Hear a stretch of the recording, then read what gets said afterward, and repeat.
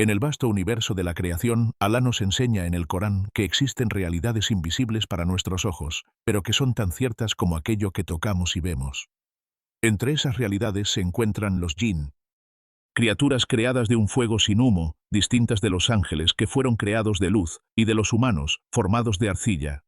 Ellos habitan en dimensiones paralelas a la nuestra, comparten con nosotros la responsabilidad moral. Poseen libre albedrío, y al igual que los hombres y mujeres, serán juzgados en el día del juicio por lo que hayan hecho en esta vida. Los jinn comen, beben, se casan, se reproducen y viven en comunidades organizadas, aunque su existencia transcurre en un plano oculto para nosotros. Su esencia les da una naturaleza particular. Pueden moverse con rapidez, atravesar espacios que los humanos no pueden, transformarse en diferentes figuras, e incluso aparecer ante nosotros con forma de animales o personas. En la tradición islámica no se trata de mitología, sino de una realidad confirmada por la revelación divina. Alá menciona a los jinn explícitamente en el Corán, y el profeta Muhammad, que la paz sea con él, habló en varias ocasiones sobre ellos, describiendo sus características, sus costumbres y la necesidad de que el creyente se proteja de su influencia. Aunque invisibles, viven entre nosotros, en lugares que solemos considerar impuros o deshabitados. Ruinas, desiertos, cementerios, baños o incluso casas en las que hay negligencia espiritual, abandono de la oración o donde abunda el pecado. Así como existen jinn que han abrazado el Islam, también existen aquellos que se han rebelado, que se cuentan entre los shayatín, enemigos del hombre cuya misión es apartar a los corazones del recuerdo de Alá. Por ello, la convivencia entre humanos y jinn es un tema delicado, en el que se reconoce que puede haber contactos accidentales, manifestaciones en sueños, susurros que confunden al creyente, e incluso posesiones. Entre estos fenómenos, uno de los más inquietantes y polémicos es el del amor o apego que un jinn puede desarrollar hacia un ser humano. Aunque a primera vista pueda sonar extraño, son muchos los relatos que hablan de cómo un jinn puede llegar a enamorarse de un humano.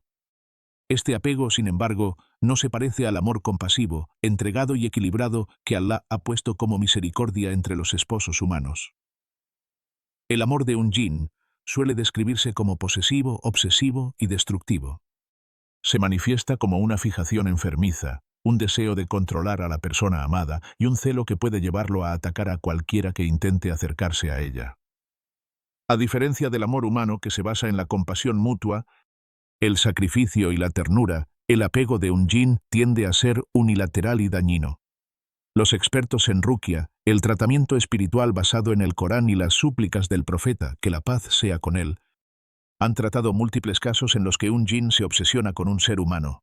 A veces todo comienza con una atracción, pero pronto deriva en celos intensos, bloqueos en las relaciones amorosas, sueños perturbadores con contenido sexual o agresivo, e incluso marcas físicas en el cuerpo de la persona al despertar. En otros casos, el jinn llega a interferir en la vida matrimonial, saboteando compromisos, generando peleas entre cónyuges y dificultando la formación de un hogar estable. La tradición islámica registra también relatos de supuestos matrimonios entre humanos y jinn, pero la mayoría de los eruditos considera que tales uniones no son permisibles y representan un desvío espiritual. La Sharia, la ley divina, no reconoce estos vínculos como legítimos y advierte sobre los graves riesgos que conllevan. Aunque algunos textos antiguos hablan de descendencia nacida de tales uniones, lo cierto es que no hay fundamento que justifique su aceptación. Este fenómeno de amor obsesivo no es una bendición, sino una prueba. Alá nos enseña que los genios, como los humanos, fueron creados para adorarle. Sin embargo, cuando un jinn busca un vínculo amoroso con un humano, lo hace desde el deseo, el capricho o la rebeldía, no desde la obediencia. Y cuando un ser humano corresponde a esa interacción, cae en un grave peligro espiritual, pues se expone a confiar en algo ajeno a Alá, lo cual puede conducir al shirk, el mayor de los pecados. Los riesgos de estas relaciones son muchos. El primero y más grave es el deterioro de la fe. La persona afectada suele alejarse de la oración, perder interés en la recitación del Corán, descuidar el dhikr y caer en estados de tristeza, ansiedad o depresión. Esto no es casualidad, pues el jinn obsesivo busca debilitar el corazón del creyente, alejándolo de la luz de Alá. A nivel físico y psicológico, los síntomas pueden incluir pesadillas repetitivas, parálisis nocturna, sensación de presión en el pecho, cambios de humor repentinos, dolores sin explicación médica, especialmente en los órganos reproductivos, e incluso un rechazo visceral hacia los símbolos sagrados. Es común que la persona afectada experimente incomodidad o dolor cuando escucha la recitación del Corán o cuando se encuentra en una mezquita. En el plano social, el jinn obsesivo interfiere directamente en las relaciones humanas. Hay testimonios de personas que cada vez que intentan formar una relación de pareja, encuentran obstáculos inexplicables. Peleas repentinas, rechazo sin motivo o una sensación de miedo hacia el compromiso. El jinn, movido por celos, no permite que la persona establezca un vínculo con otro ser humano. De esta forma destruye familias, sabotea matrimonios y siembra el aislamiento. En los casos más extremos, este apego puede derivar en posesión. La posesión no significa que el jinn se convierta en dueño del alma, pues ésta pertenece solo a Alá, sino que logra controlar parcialmente el cuerpo o la mente de la persona. Esto puede manifestarse en cambios de voz, convulsiones, agresividad repentina, rechazo a lo sagrado o pérdida de la conciencia durante episodios de ruqya.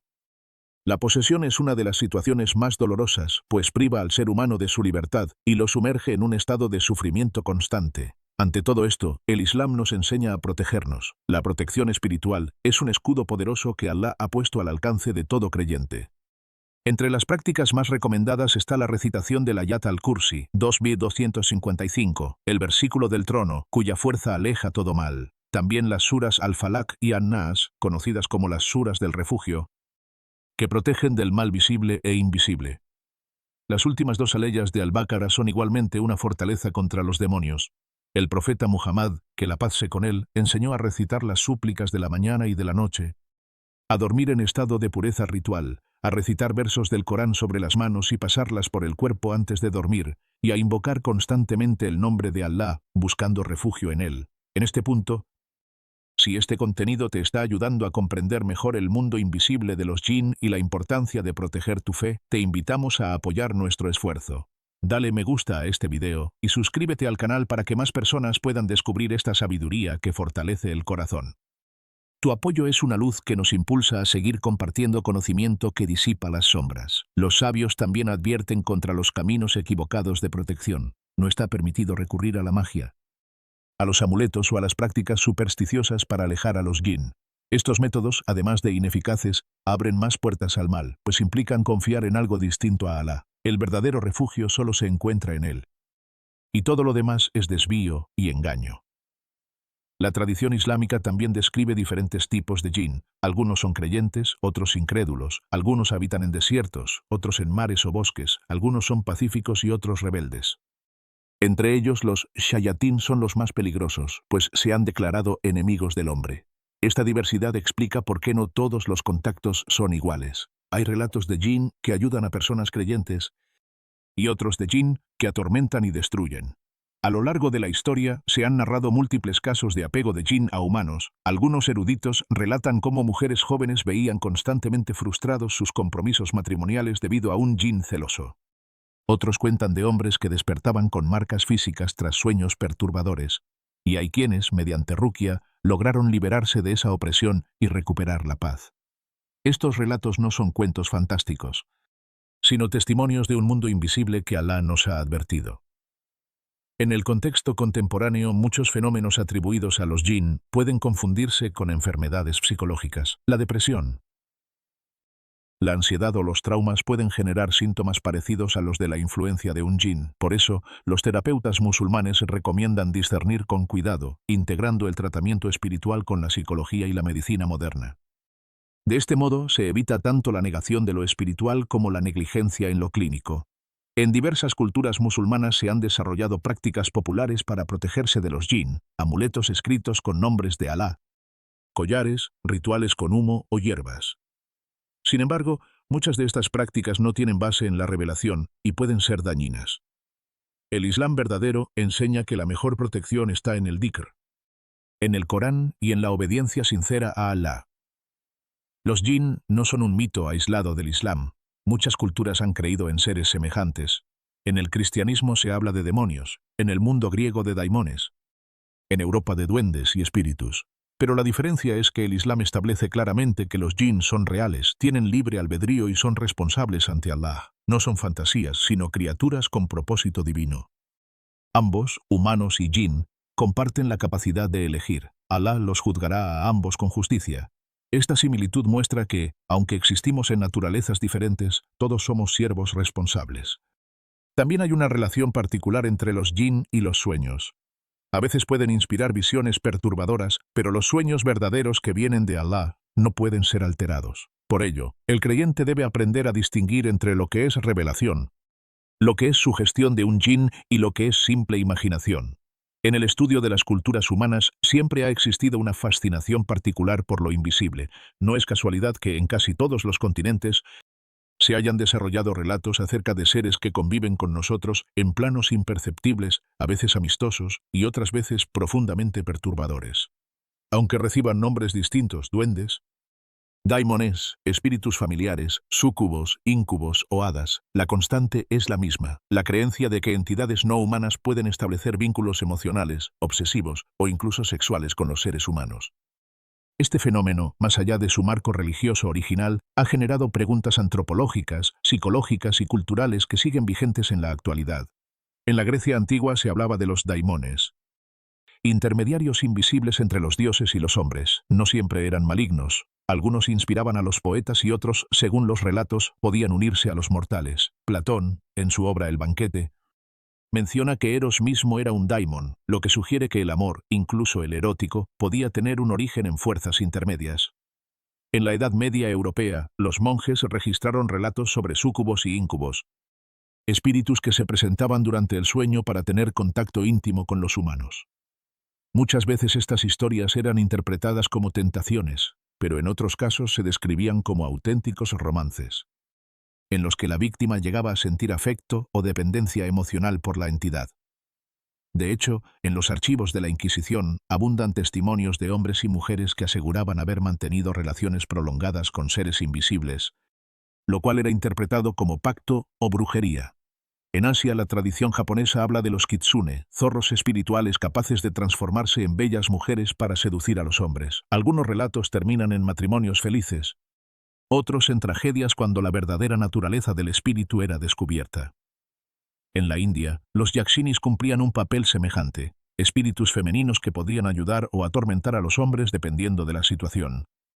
África tampoco está exenta de estos relatos. En ciertas regiones del oeste africano se habla de los mami water, espíritus acuáticos que adoptan forma de mujeres hermosas y que, enamoradas de los pescadores, los arrastran al fondo del mar.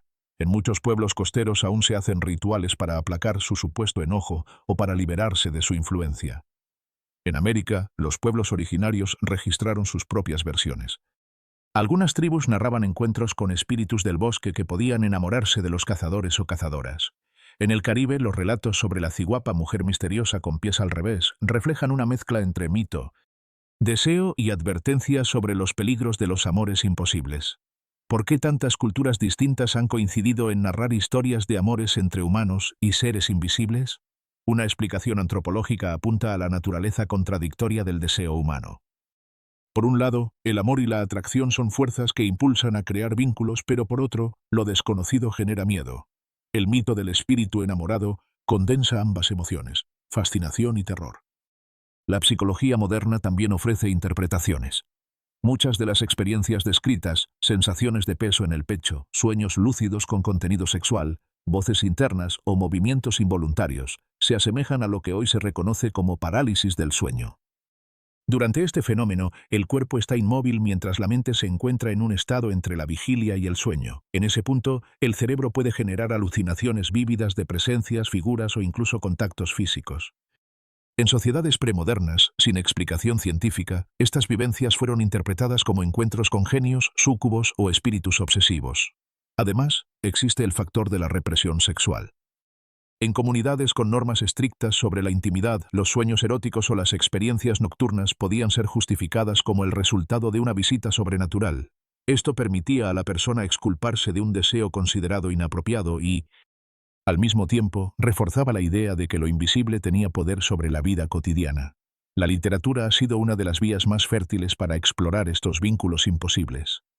En La Tempestad de Shakespeare aparece el espíritu Ariel, cuya cercanía con los humanos plantea interrogantes sobre la frontera entre lo visible y lo invisible. En el romanticismo europeo, poetas como Goethe y Heine describieron encuentros con mujeres etéreas, ninfas y hadas que enamoran y destruyen a los mortales.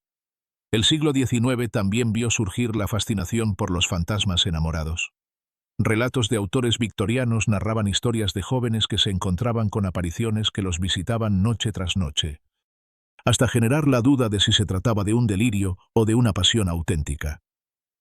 Estos textos reflejaban tanto el interés por el espiritismo como la tensión entre la racionalidad científica y el misterio del más allá.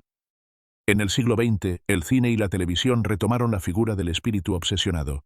Películas como Ghost popularizaron la idea del amor más allá de la muerte, mientras que series y producciones de terror insisten en mostrar entidades invisibles que desean controlar o seducir a los humanos.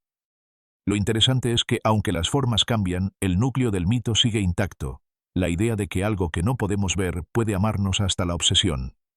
A lo largo de la historia se han registrado múltiples testimonios de personas que aseguraban estar involucradas en relaciones con seres invisibles. En algunos archivos médicos del siglo XVIII en Europa se describen pacientes que afirmaban mantener contacto regular con un compañero espiritual. Muchos de estos casos se diagnosticaban como melancolía o histeria, términos que hoy podrían corresponder a trastornos depresivos o psicóticos. Más recientemente, investigadores en parapsicología han recopilado experiencias de personas que aseguran haber sido visitadas por entidades de luz o presencias oscuras durante el sueño. Aunque la ciencia no valida la existencia objetiva de estas entidades, sí reconoce la intensidad con la que los sujetos viven dichas experiencias. En algunos estudios se ha observado que quienes atraviesan episodios de visitas nocturnas reportan niveles altos de ansiedad, aislamiento social y, en ocasiones, traumas previos. En comunidades rurales todavía es común encontrar relatos de jóvenes que dicen no poder casarse porque un espíritu celoso interfiere en sus relaciones. Estas historias, más allá de su veracidad, cumplen una función social. Ofrecen una explicación colectiva a problemas personales como la soltería prolongada, los fracasos amorosos o las enfermedades inexplicables. La ciencia moderna ha intentado dar explicación a muchos de estos fenómenos. La neurociencia, por ejemplo, estudia cómo las fases del sueño REM generan sensaciones corporales intensas y sueños vívidos. En este estado, el cerebro puede simular besos, caricias o voces con un realismo tal que la persona los recuerda como sucesos tangibles. La psicología clínica también señala que ciertos cuadros de esquizofrenia o trastorno esquizoafectivo incluyen alucinaciones auditivas y táctiles, que en contextos tradicionales eran interpretadas como la presencia de espíritus. En este sentido, la experiencia del genio enamorado podría ser la manifestación cultural de síntomas que hoy tienen un marco médico. No obstante, reducir todo a explicaciones neurológicas sería ignorar la riqueza simbólica de estas creencias. Los mitos de espíritus obsesivos expresan la vulnerabilidad humana frente al deseo y el miedo, y muestran cómo las sociedades construyen narrativas para entender lo inexplicable. Más allá de lo individual, la creencia en espíritus enamorados ha moldeado rituales y prácticas comunitarias. En varios pueblos africanos se realizan ceremonias para cortar lazos con entidades celosas, similares a exorcismos, aunque con un enfoque más social que religioso. En América Latina, los rezos, danzas y ofrendas cumplen la función de reconciliar a la persona con el mundo invisible y devolverle la tranquilidad. El arte también se ha nutrido de este imaginario. Pintores como Francisco de Goya exploraron en sus obras la relación entre lo erótico y lo demoníaco. La música popular recoge historias de amores imposibles con seres mágicos, desde baladas medievales hasta canciones contemporáneas. Incluso la moda y la estética gótica han tomado inspiración de esta atracción por lo oscuro y lo sobrenatural. En el ámbito terapéutico, algunos psicólogos utilizan estas narrativas para trabajar con pacientes que experimentan vivencias de presencias invisibles. En lugar de negar la experiencia, se busca resignificarla, ayudando a la persona a encontrar un equilibrio entre lo que siente y lo que la ciencia puede explicar. El amor de un espíritu hacia un humano es, en última instancia, un símbolo de la dualidad de nuestra propia naturaleza. Representa la lucha entre la atracción y el rechazo, la fascinación y el miedo, la entrega y la pérdida de control. En este sentido, el mito funciona como una metáfora de relaciones humanas marcadas por la obsesión o la dependencia. Así como un genio enamorado no permite que su pareja se relacione con otros, en la vida real existen vínculos posesivos que aíslan y destruyen. El mito entonces actúa como espejo. Muestra de forma fantástica lo que ocurre en muchas relaciones humanas cuando el amor se convierte en obsesión. Hoy en día, la globalización y el acceso a Internet han multiplicado la difusión de relatos sobre encuentros con entidades invisibles. Foros, videos y comunidades en línea comparten testimonios de personas que aseguran vivir romances con seres que no pertenecen a este mundo. Lo interesante es que, aunque la ciencia ofrece explicaciones lógicas, la necesidad de creer persiste. La cultura contemporánea también ha suavizado estas figuras. En la literatura juvenil, vampiros, fantasmas y espíritus aparecen como personajes románticos y deseables, más cercanos al arquetipo del amante ideal que al del obsesor destructivo. Esto refleja una transformación del mito, de advertencia y miedo, a fantasía y deseo de trascender los límites de lo humano. A lo largo de los siglos, las historias sobre seres invisibles obsesionados con los humanos no solo se transmitieron como advertencias o leyendas, sino que también dejaron huellas sorprendentes en ámbitos que pocas veces asociamos con lo sobrenatural. Un dato curioso, por ejemplo, es que en varios archivos médicos del siglo XIX se registraron casos de pacientes que aseguraban mantener vínculos afectivos con compañeros invisibles. Estos informes no eran tratados como pura fantasía. Algunos médicos se tomaban el tiempo de analizar la frecuencia de los encuentros, los síntomas físicos y las consecuencias emocionales. En algunos hospitales de París y Londres, los expedientes describen cómo estas personas experimentaban celos, discusiones y reconciliaciones con sus supuestos amantes invisibles, como si se tratara de una relación común, pero sin un cuerpo tangible. Otro hecho sorprendente lo encontramos en el folclore escandinavo. Allí se hablaba de los huldra, espíritus femeninos que vivían en los bosques y que podían enamorarse de los hombres. Un detalle curioso es que, según las historias, estas mujeres sobrenaturales tenían un defecto oculto, una cola de vaca o de zorro que mantenían cubierta con su ropa. Si el humano descubría su secreto, la relación terminaba en tragedia. Este tipo de relatos no solo servían como advertencias sobre los amores peligrosos, sino también como metáforas de la idea de que todo vínculo trae consigo aspectos ocultos que solo se revelan con el tiempo. En Islandia, hasta hoy, existe un respeto especial hacia los Huldufolk, el pueblo escondido. Tanto es así que en la planificación de carreteras se han llegado a modificar trayectos para no atravesar supuestas zonas habitadas por estos seres. Este dato curioso muestra cómo una creencia invisible puede tener consecuencias materiales y económicas en la vida de una sociedad moderna. Si viajamos a Oriente, encontramos que en Persia se hablaba de los peris, espíritus alados descritos como extremadamente bellos. Un detalle que muchos desconocen es que, en ciertos relatos, estos seres podían casarse con humanos, pero a condición de que el secreto de su origen no fuera revelado.